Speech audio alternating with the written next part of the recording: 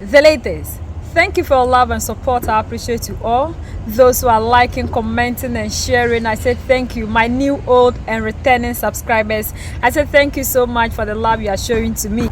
Professor Richard Wolff has come out with another expose. According to Professor Wolff, billionaires are robbing us and calling it efficiency. That we've seen that Trump coming into office came with a very nice, dynamic, and a very wonderful friend called Elon Musk. These two people have become buddies, like they do everything hand in hand. Whatsoever that Elon wants happens. You know, Trump is doing everything together. We've seen how they also started in South Africa when Elon Musk came out to voice out something and Trump has to act on it, calling Cyril Ramaphosa a discriminator who discriminates against the white minority and everything. So these two people are very good friends and they are ruling the United States of America. But according to him, these two friends, whatsoever we are seeing between Trump and Elon Musk is something that is pure ideology. That these two people are into office and they are ruling with a very systematic ideology on the people, but the people are not realizing it because the billionaires are robbing you, but we cannot see it. Our eyes are closed because they have found a new way to cover our eyes from seeing it. According to Wolff, people are of the view that Trump is doing away with these taxes and other things, trying to make sure that the people in the United States of America have some kind of relief from taxes. But in actual sense, that this thing that they are doing is for their own benefit. That what they do beautifully well that people haven't understood is they cut down the taxes. How? By laying off employees. And these employees that are being laid off from the public sector will all have to now run to the private sector. And when you now get to the private sector will be choked. So what will be the result at the end? You, the people that are going to the private sector that's supposed to be paid well, will now become cheap labor to the private sector. So this one will help them to get cheap labor to run their businesses. The billionaires will now get people that they are supposed to pay more to get them work for them to be paying less. You're watching with Trump and Elon is pure ideology. And for all the talk about how Trump and Elon Musk, are breaking the mold and breaking the rules and taking the Republican Party in a new direction, the truth is the Republican Party has always hated taxes. That's how they built the Republican Party. It's a coalition between the business community, which doesn't want to pay taxes, and a whole lot of special constituencies which are brought together in the Republican Party with a deal. We'll give you the special thing you're interested in if you make sure to keep the taxes on business low. So the Republicans pander to white supremacists, and the Republicans pander to gun enthusiasts, and the Republicans pander to the anti-abortion fight. These are their constituencies who come together in the Republican Party, and the deal is you support anti-taxes, and we will help you with the guns and the fundamentalist Christianity and all the rest of it. Okay, we all know that. Okay, what Trump and Musk are doing is cutting taxes. How are they doing it? By laying off millions of public employees who, if you don't have to pay them, well, then you don't have to raise the taxes. They're all worried sick about one thing. No one should make a mistake. When Mr. Trump was president the first time, the one major economic act of his first presidency was the tax cuts of December 2017. one of the greatest tax cuts in American history, focused mainly on cutting corporate taxes and taxes of the rich. That act included that all of this would come to an end. Remember, it was back in 2017, in 2025, this year. So Mr. Trump's real agenda, he hasn't discussed it much because he's got to kind of manage it. His real agenda is to extend those tax cuts, to rewrite that bill to make it last another 8, 10, 12, however many years he can get. The problem is our government is already spending way more money than it raises in taxes, partly because of that tax cut in 2017. So he's got the problem, how can I extend the tax cut and then face the American people with trillions of dollars in government debt, which I promised to deal with? Answer: tell a very conventional Republican story. I'm getting rid of unnecessary government fat. You used the word before. I love that. It's like losing weight. Who could object, right? We're on a diet. So we're on a diet. We're getting rid of the fat. That was never true. That was just pure ideological nonsense. They don't care about all those needs going unmet. They are glued to the idea if we lay off millions and millions of workers, whether they work for Social Security or AID or the Labor Department, or it doesn't matter. All of that money that we would have to raise in taxes to pay for them, we don't have to anymore. And we'll go to the American people and say, look, who cares about all those public employees who lost their jobs? I am able to say to you, we will not raise your taxes. Look at me, aren't I wonderful? You know, if you have the money of Mr. Musk to repeat that message from every bus stop, from every TV show, from every advertising venue, you might get away with it because people don't put two and two together. Here is the reality. Every president has been trying to do a mild version. We don't have lots of fat in our federal system. That's why our taxes are lower than they are in most capitalist countries. We don't have a birth-to-death health system that would employ huge numbers of people. We don't have it. We don't have a massive program to help people. And so we don't have high taxes. And every president has had the incentive. You'll be able to keep taxes down by not doing a lot for people. So we don't have fat. When we cut public employees, we cut services. Any fool would understand that. If you take half the people in a government office and you fire them, you think the other half are just going to do twice as much as they used to when you don't pay them more? Ain't going to happen. No private employer does that. The public can't either. You're laying off all these people. They are now in terrible shape. Where do you think the millions of people laid off by the government, where do you think they're going to go? They're going to go to the only place where there are jobs left, the private sector. And you know what they're going to do there?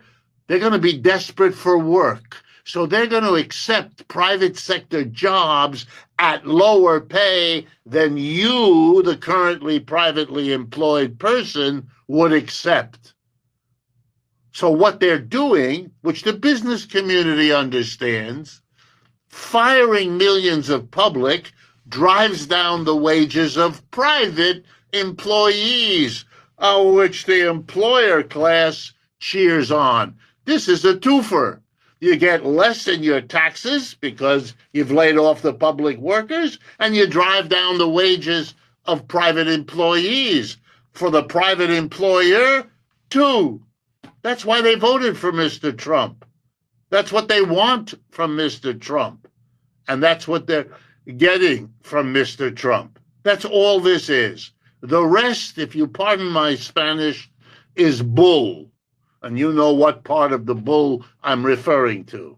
It's meant to cover it over, to make it look as though it doesn't matter. You're just getting rid of the superfluous fat in your budget, as if this is not going to impact. I know, just from one example, across the university space, I've been a professor all my life at American universities. I'm hearing from all of them that their budgets are being cut, that they don't know what money from the federal government, if any, they're going to get. They've been relying on that money for most of what they do for at least the last 50 years. My entire life has been in universities that are getting all kinds of money from the federal government, without which they couldn't provide the scholarships that they've been doing, without which they couldn't do the research, they wouldn't have come up with the inventions, they wouldn't. You think all of that is going to go on just as if the money were not there? That's nuts. There's no basis for that. No evidence whatsoever. And you know, our universities used to be thought of as rather important institutions. To underscore it, let me tell you, in the last 25 years, the United States has closed hundreds of colleges and universities. During the same period of time, the People's Republic of China has created and opened thousands of colleges. I mean, we wonder why the Chinese, our adversary, no mystery. No mystery. It's very obvious, unless you need not to see, because you're so excited about not paying taxes and so excited about having cheaper private employees that you choose not to understand what's going on. We are watching a billionaire government doing what's good for them, for the business class they represent, for the super wealthiest among them, and they're savaging working class families. They're starting in the public sector. But the impact will be on the private as well, because that's where the public unemployed people are going to be going, offering themselves for less work. This is not a complicated story unless you are befuddled by the ideology and can't see straight. But I would want to stress, it's not working for them. The American empire is shrinking. The American capitalist system is in ever deeper distress. What the people who run this society are doing, what's all that's left to them, is to try to hold on to the wealth and privileges they've accumulated across American history at a time when the ship is sinking. Look, you know this, but let me make it crystal clear. A country that suddenly turns on its allies and friends is a country in trouble. We don't need Canada to be the 51st state. Stop it.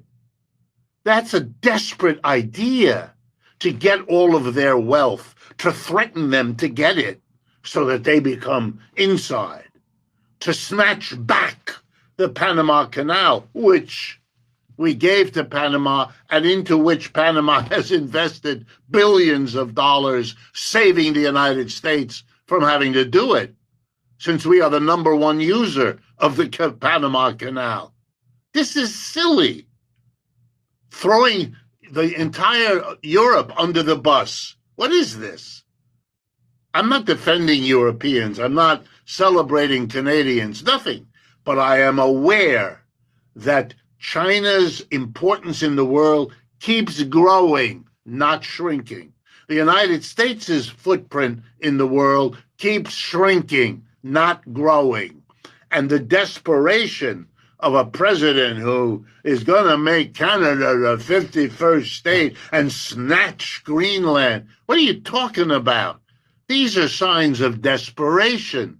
Otherwise, you'd sit down with the relevant people in these places, talk about what you might like, see how they think about it, work out an agreeable compromise the way people do whose interests may clash from time to time. Come on, we know what diplomacy is about and what it means. When the United States needs it, it's busy doing that. Suddenly, the Russians, with whom we could not have a conversation for years, are the ones we're inviting. Please sit down with us. Please talk to us. That's what's going on. Trump has invited them. Mr. Putin, to whom you couldn't speak, is now the buddy. These are signs of desperation. Mr. Trump has no interest in Russia. He has to do that because the United States has been, dare I say it, defeated in Vietnam, in Afghanistan, in Iraq, and now in the Ukraine. It's admitted in the circles that run this country. Only in the popular mentality is it still deemed too dangerous to say these things. But no, don't think of what is going on as the great capitalists taking care of themselves. Yes, that is part of the story. But here's another part, which in the end ought to worry you even more. It isn't working. Their situation is shrinking. The United States set out to isolate Russia, China, whoever they thought was an enemy. You know what's happening? The United States is now isolating itself. The thing it wanted least is what its own decisions are bringing to it.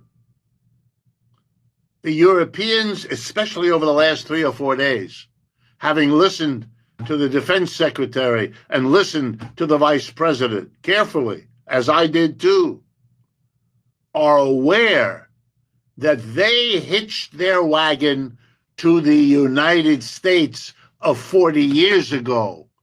And now they face this sad reality that they hitched their wagon to the wrong horse. That horse is running away and yanking them behind it with no care for what happens to them. And they are now going to have to, in a way, start from scratch with leaderships utterly discredited by having given everything over to the United States.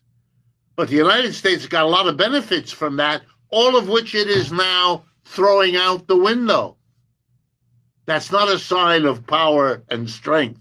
That's a sign of desperation. But the people haven't understood the narrative of these people.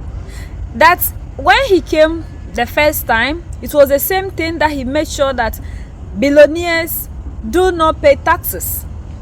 So that has been his tactics, that anytime he is into office, everything that he's doing is to protect the rich and the poor continue to suffer. So it is a very brilliant ideology that they are using on the people. But people do not understand that the Democrats ask for them, they want to pay taxes, they want to take taxes from you, so they ask you to come in and be working. And you see that Democrats, these are the people that are always taxing you all the time. But the taxing that Democrats are taxing you, it is to the interest and the benefit of you. But these ones will always make sure that they take you out and burden you the more for you to become cheaper. He also said, in the last 25 years, the United States of America has closed about hundreds of colleges in the United States of America, while China opened over thousands of colleges in China. And that is why China is moving forward. China is doing what the United States is refusing to do. When they are supposed to be increasing, they are closing. And China is doing everything possible to increase its capacity. And that is why we are seeing that the Chinese economy is moving. The Chinese economy is becoming the biggest and everything in the world. Because our people sometimes think that doing this way will help the people, but they don't know that what they are doing is rather crippling the economy. And the people are excited by getting cheap labor, because people are laid off and they get them to come and work at a very cheap price, so the employers are happy, and they think that this is going to help them, because they don't understand what is happening around the world. That is a very bad move. We don't have to get people to be working for us for cheap labor, because as these people are laid off and we are happy getting them to be working for us in a very cheap way, other things that will come out of it isn't also going to be beneficial. So we have to open up, learn, and understand everything. Richard Wolff also went ahead to talk about how the United States of America has a billionaire who is only thinking about his class, the billionaire class, and making sure that that class become whatsoever that they want, they should get it. Now you understand. Our people will say, when your mother is at the funeral ground, you eat better. That is what is happening to the billionaires, because their mother is at the funeral ground, so they are eating the better and enjoying everything. So that these people are doing everything possible to cripple the working class. They want you to continue to be low for them to rise up. So that this is very bad for us. And these are the things we don't understand about politics. We don't even get the chance to understand, because they present to us what they want us to be fed with. And we always go by what they say. We don't look beyond what is happening around us. Like Richard Wolff is saying, we don't want to know why China is thriving. China is thriving because we are collapsing this, and what we are destroying, China is increasing in that capacity. So at the end of the day, they sit down and tag you and tell you this person is doing it wrong, but they will never go down to tell you that they are the reason to which this is happening. They will never take the blames of the policies that they have implemented that is making them to lose while the others are winning. And we will also support them, because we don't understand and we don't want to move out of whatsoever that we are learning. This is even happening in Africa. It's the same thing that we are seeing happen in Africa. We are all doing the same thing that the United States of America is doing. That's what our leaders are doing. They are helping other people to become richer, because the business people here are yellow people who come into Africa to come and carry everything that we have in Africa. We are not asking ourselves, what is it that these people are using on us or weakening us that is giving them the upper hand to control and do whatsoever they want to do to us, so that we will tackle that aspect and get our grounds. We will always go and sit somewhere and be doing the talking. Like the United States of America now, people will sit there and be talking, praising Donald Trump, and they don't understand that this thing that these people are doing is an ideal, it's a cause that they want to complete. It is a mission. They are there for themselves, unlike leaders like Captain Ibrahim Traore, who are there for the people. These people are only thinking about, what will I make out of the other? That is what the African leader is always doing in Africa. What is it that will do that will keep the citizens poor, that we can always use to cripple them as we rise? Because the more the leaders rise up, the more we, the citizens, loses. And they will do everything possible to make sure we don't think in the direction that will give us the consciousness that we have. Like Mali, Niger, and Burkina Faso. That's why they are doing everything possible to make sure these people leave office, for them to bring back the democratic elected, yes, the corrupt ones like them, so that Africa will continue to be where they are, for them to continue to be rich. The leaders are only thinking about, what will I get? And that is what this man is talking about. What is it that the business, the billionaires will continue to make for the rest of the population to suffer in the United States of America? That is not different from Africa. This is what the leaders have been doing for decades, and that is why the continent is not moving. And whenever we have leaders who rise up to do the right thing, we'll see that people will get up and be fighting them. That's the mind game these people have been playing on us for decades. It is left unto we the people to rise up and understand them before we can fight to get the power that we are looking for. Until then, we will never understand. We'll continue to be where they want us, and we will never rise up. United we stand, divided we fall. And united we keep standing forever and ever. I love you, my family. So let's keep sharing and educating our brothers and sisters. Together we make Africa great for the next generations that are going to come. The greatest enemy of the African is mental slavery. So let's decolonize ourselves from mental slavery. So that's the latest around the world. And in the United States of America,